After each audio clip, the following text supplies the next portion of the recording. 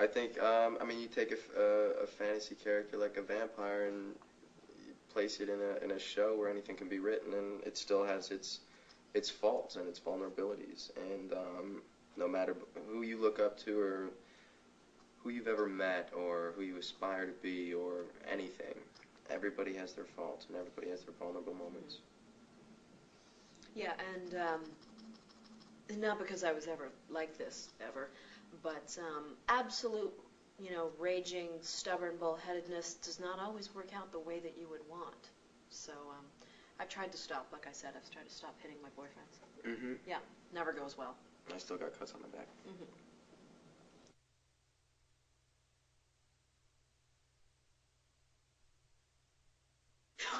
Vicky, thank you.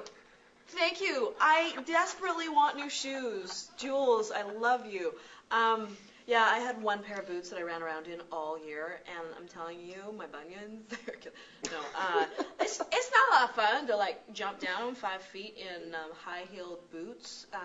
Of course, you want to be stylish. They do make things a little bit more difficult. So, yes, I hope the producers heard that. More shoes for Vicky. I started out doing what sort of happened. I was a gymnast and I ran track, and that led into, I thought, well, I'm a good tumbler, I'm flexible, I've got strength. It's, gymnastics is not something not something that I decided to keep doing past about 17. But a lot of the skills I had translated really well into fighting, so I got into Taekwondo and trained in that pretty hard for a few years and competed in that. And then I had friends who were doing Muay Thai, which is Thai kickboxing, and I did that with them for a few years. One of the things I noticed for me with Taekwondo is that we're getting crackly again. It was great for the kicking and everything, but there was a tendency for female fighters to not use their hands enough, not do enough handwork. So I started taking boxing classes, and I worked with a boxing trainer on and off, partially because I love it, and that's what led to doing $1 Million Baby, which was a pretty great experience. Hilary Swank and Clint Eastwood, which was fun. And it didn't end up being a lot of times, people go, well, what happened with $1 Million Baby? And very often you sign on to do a script, and there are always changes, and there are things that happen and things that don't make it to the screen, and that was the case of that. But I did have the never-ending loop in my head as I was fighting Hilary Swank. Don't hit the Oscar winner. Don't hit the Oscar winner. Don't hit the Oscar winner. And they just said harder. Yeah, so I did.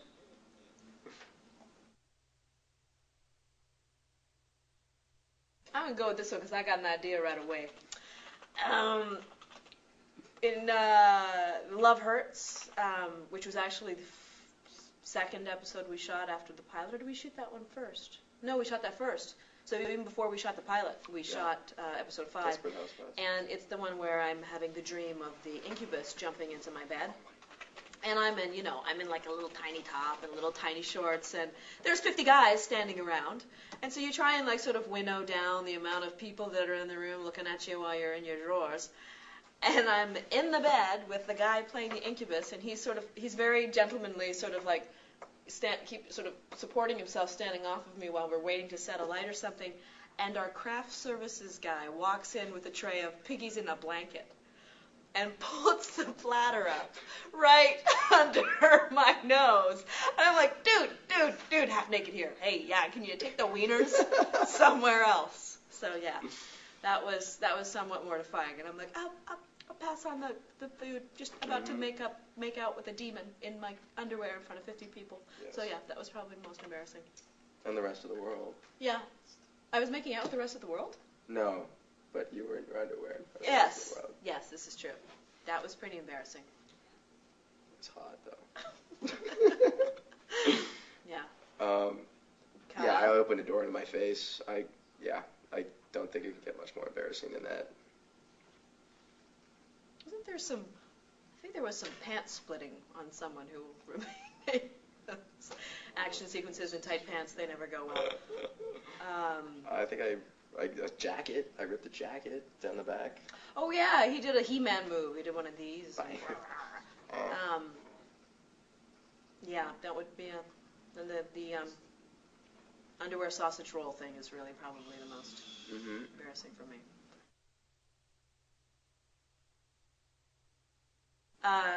It's tough. I have a really tough job. I have Dylan and Kyle as my two love interests, and I get to be alternately mean and loving to them. He's he's a bit of a flirt, perhaps.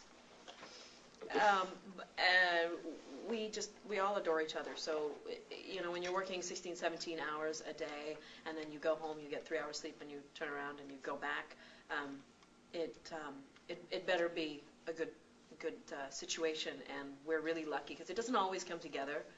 You might work on something that maybe is like some great, big, deep, dramatic, thing, and everyone you're working with is awful, or maybe you don't love the script.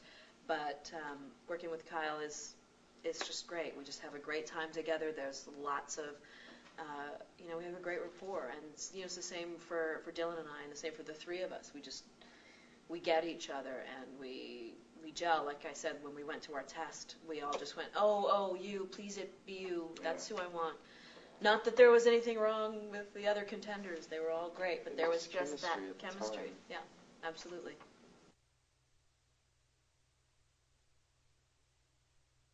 Kyle has, and I have. Yeah? Yeah, you produced a short film last year, right? I produced and co-directed 2 short films, one this summer, one last summer.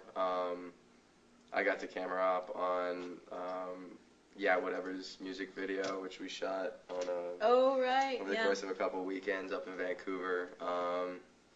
It's definitely something that I'd like to explore. It's something that I've been exploring for a few years. I've been to school, and I mean, when you're on set, I mean, I'm sure Christina will back me on this, but you take in so much, and when you're on set in the heat of it all and watching everybody go, and you do it, I mean, I've been doing it for 12 years. You've been doing it for even longer. You pick it up. It's, and it's, I find that exciting. Yeah, and,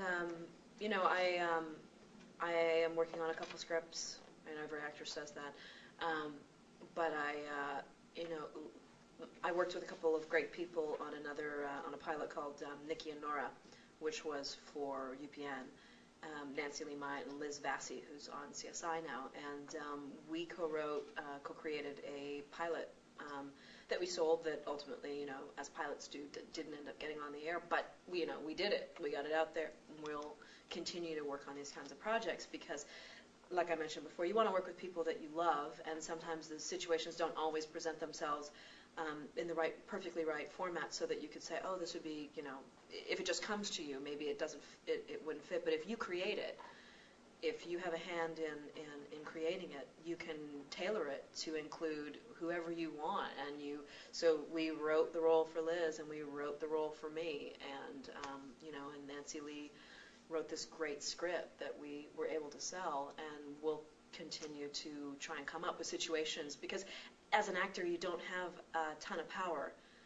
You come in at a much later stage, so if you're making or you're a part of the material being created, whether even you come up with an idea for a film or a pilot or whatever, at least you're in at the ground level and you have a lot more say and a lot more input, and that just that's a lot more stimulating creatively.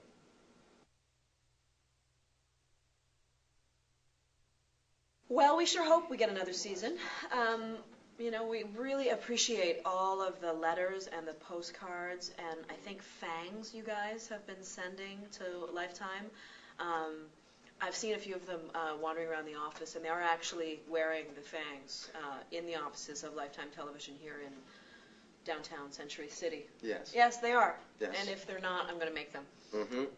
So we totally appreciate all the support, and the web support has been insane. I mean, the web support before we were even on the air was phenomenal, and just keep it going and keep making the requests, and we'll see what happens. As far as the future, we're doing what we can with the limitations of, we're first and foremost tied to this show, and of course hoping that we'll go ahead with that, and then we sort of are fitting in projects that work within that time frame and with the constraints of what it means to be a lead on one show. You can't be a lead on another show. So yeah, and it's about picking the right project and the next step for where you want to go with your career, and that is always something that presents itself after something like a great show like Blood Ties, and fingers crossed we go back for another season. I'd love to, but as of right now, it's picking the right direction and the right script and finding something that you believe in and really you can put your heart into. So there's not a lot out there, so it's finding the right one. And my future, my immediate future involves figuring out how to hook up my new HD TV with the receiver and the 45,000 cables. I unpacked it today on my living room floor, and I'm telling you, no good will come of it. I think I'm going to have to hire professionals to come in.